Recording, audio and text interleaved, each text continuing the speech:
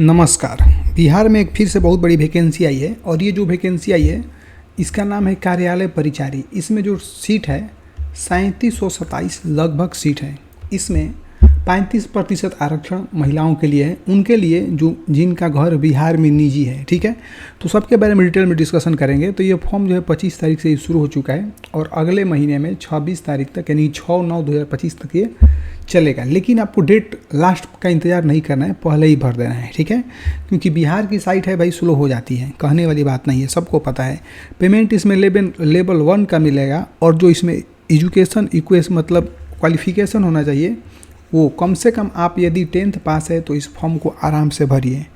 ठीक है, आगे देखिए, ध्यान से देखिए एक एक चीज़ को। यहाँ से आपका सीट होता है शुरू, यानी कि किस में कितना सीट है। तो सबसे पहले हम बता देते हैं, जो भी देखिए यहाँ पे ये जो ब्लैक में लिखा है हाईलाइट करके, ये मेल के लिए सीट है। जो उसके नीचे लिखा है फीमेल के लिए सीट है। ठीक है, तो ये कार्यालय परिचारी के लिए उसी तरह मेल के लिए ये वाला है और फीमेल के नीचे वाला है। ठीक है, मेल के लिए वाला है, नीचे वाला ये फीमेल के लिए। इस तरह से आप सीट देख सकते हैं। आप चाहेंगे तो इसका स्क्रीनशॉट भी मतलब ले सकते हैं। ठीक है, चलिए आगे देखते चलिएगा। ये सारा सीट है, आप लोग देख लीजिएगा अच्छे से। ठीक है, हम आगे चलते हैं क्योंकि इस सब बताने की कोई खास ज़रूरत नहीं है, आप लोग भली भांति इस चीज़ को जानते हैं। ठीक है, ये सारा सीट है। ऊपर वाला पुरुष के लिए, ऊपर वाला मेल के लिए, नीचे वाला किसके लिए, फीमेल के लिए। हाईलाइट है वो पुरुष के लिए, नीचे फीमेल के लिए। ठीक है, रोक कर वीडियो को स्क्रीनशॉट लेते चलिएगा। ठीक है, आगे चलते हैं। ये सब सीट है, ये सब आप नोटिफिकेशन में भी चाह कर पढ़ सकते हैं। ठीक है, आगे देखिए, हम लोग जो भी हम लोग पढ़ने वाले हैं ध्यान से देखिए। अब यहाँ से सबसे खास बात शुरू होती है। हम पहले ही बता चुके हैं कि 3727 आपके लिए सीट है। ठीक है, जिसमें 35% आरक्षण महिलाओं के लिए है। अब इसका 35% निकालिएगा तो लगभग 1216 के आसपास में आएगा। तो 1200 जो सीट है, ये 16 ये महिलाओं के लिए है और इसमें जितना घटा दीजिएगा वो जो बचेगा वो मेल के लिए हो जाएगा, यानी कि पुरुषों के लिए। ठीक है, इसके अलावा 35% आरक्षण महिलाओं के लिए, ये तो बात सही है। अब यहाँ पे एक चीज़ देखेंगे कि ऊपर ही बता दिया गया है कि कम से कम आपको मैट्रिक पास होना चाहिए। यदि कम से कम मैट्रिक पास भी हैं तो इस फॉर्म को भरिए। उम्र कम से कम आपका 18 बरस होना चाहिए। ठीक है, यदि 18 बरस के हैं तो भरिए। पुरुष के लिए जो लोग आरक्षित मतलब अनारक्षित के आते हैं, जैसे यूआर कैटेगरी से जो लोग आते हैं जनरल से, उनके 37 बरस का एज है। छूट मिलने के बाद में इन लोगों को तो छूट कुछ मिलता नहीं है भाई, ये लोग अलग ही मतलब क्या ही कहें सरकार को। ठीक है, पिछड़ा वर्ग और अत्यंत पिछड़ा वर्ग के लिए कितना, 40 बरस, और अनारक्षित महिला के लिए भी 40 बरस, अनुसूचित जाति और जनजाति के लिए कितना, 42 बरस।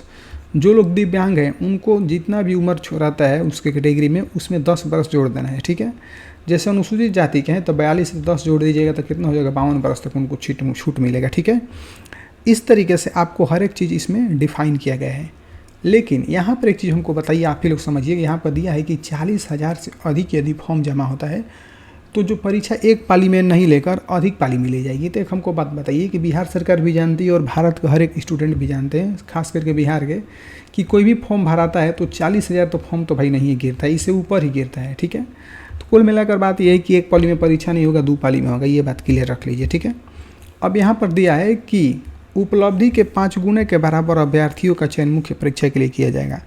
यानी कि जितना भी सीट है उसका 5 गुना रिजल्ट मिलेगा मेंस के लिए। 2 परीक्षा होगा, पीटी और मेंस। ठीक है, अच्छा, अभ्यर्थियों के अंग्रेजी वर्णमाला के आरोही क्रम में यानी बढ़ते क्रम में मेघा सूची में रखा जाएगा। जैसे मान लीजिए कि किसी का सेम मेरी नंबर आ गया और दोनों का भी सेम आ गया। ठीक है, तब क्या किया जाए कि जिसका एज ज़्यादा होगा उसको देखेंगे, यदि वो भी ज़्यादा हो गया है, ठीक है, उम्र भी दोनों का सेम है, तो अल्फ़ाबेट के हिसाब से उनको मेघा सूची में यानी कि मेरिट लिस्ट में शामिल किया जाएगा। यहाँ पर बात शुरू होती है एग्ज़ाम की। तो एग्ज़ाम जो होने वाला है भाई, सामान्य अंक होगा, गणित मतलब गणित होगा, सामान्य ज्ञान होगा और हिंदी होगा। कुल प्रश्नों की संख्या जो होने वाली है, ध्यान से सुनिएगा क्योंकि अधिकतर स्टूडेंट यहीं पर मार खा जाते हैं, नहीं समझ पाते हैं। तो कुल मिलाकर आपको ये बात है कि प्रश्नों की संख्या 100 रहेगी, लेकिन सही उत्तर के लिए कितना नंबर भाई मिलेगा, 4 नंबर।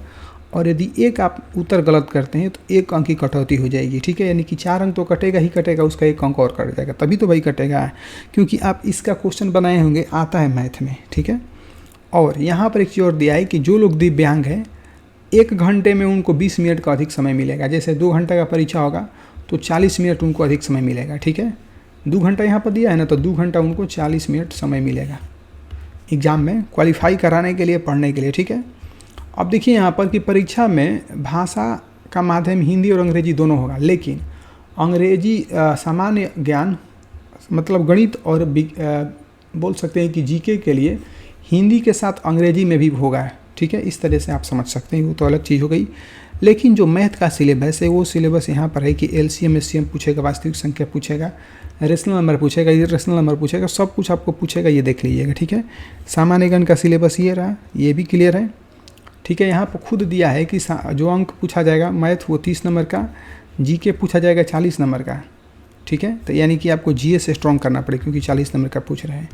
उसी तरीके से हिंदी आपसे पूछेगा कितने नंबर का, 30 नंबर का। ठीक है, इसमें एक एक चीज़ को स्टेप बाय स्टेप देख लीजिएगा, जैसे कि कारण, मुहावरा, काल, संधि, ये सब सारा चीज़ आपको क्लियर कर लेना हिंदी का।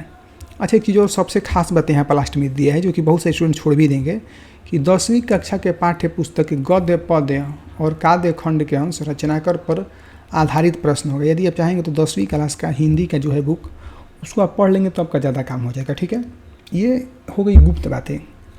अब सबसे खास बात यह है कि जो यूअर कैटेगरी के स्टूडेंट हैं उनको पास होने के लिए कम से कम 40% लाना ज़रूरी है।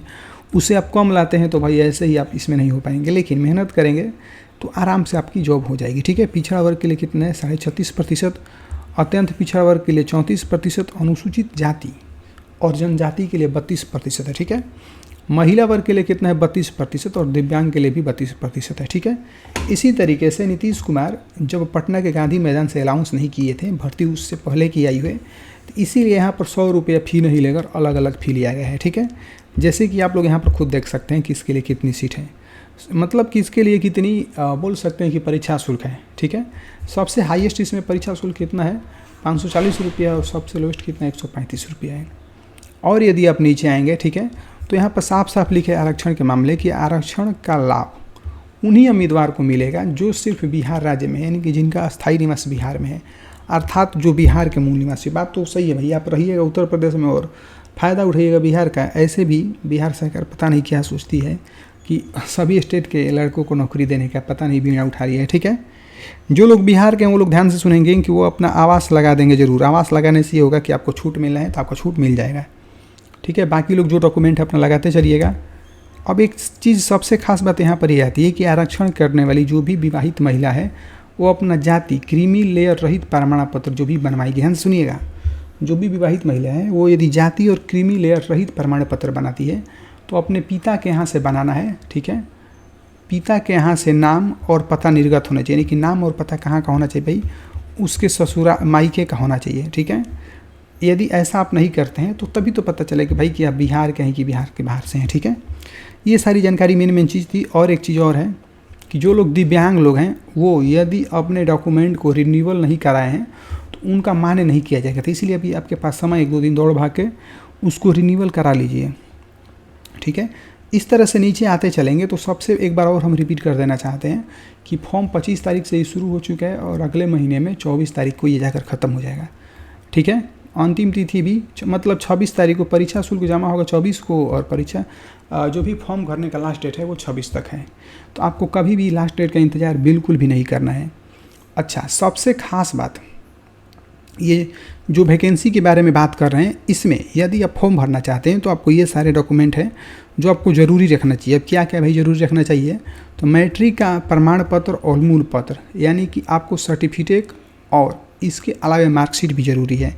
यदि आपके पास हायर लेवल का, ठीक है, यानी कि इंटर का, ग्रेजुएशन का, पोस्ट ग्रेजुएशन का यदि आपके पास सर्टिफिकेट है तो उसका भी यदि आप देना चाहते हैं तो दीजिए, और उसका भी मूल प्रमाण पत्र यानी मार्कशीट और सर्टिफिकेट दोनों आप लोग लगा लेंगे। ठीक है, जाति निवास आय लगा लेंगे। ठीक है, जो लोग जाति निवास लगा लेंगे, स्वतंत्रता जो सेनानी है वो अपना प्रमाण पत्र लगाएंगे, जो लोग दिव्यांग है वो लोग रिन्यूअल करा के लगाएंगे, जो लोग अधिकतर छूट चाहते हैं वो अपने निर्गत सरकारी सेवक के प्रमाण पत्र जरूर लगाएंगे। ठीक है, एक चीज़ सबसे खास चीज़ जो अभी तक का सबसे इम्पोर्टेंट लाइन है वो सबसे नीचे दिया है।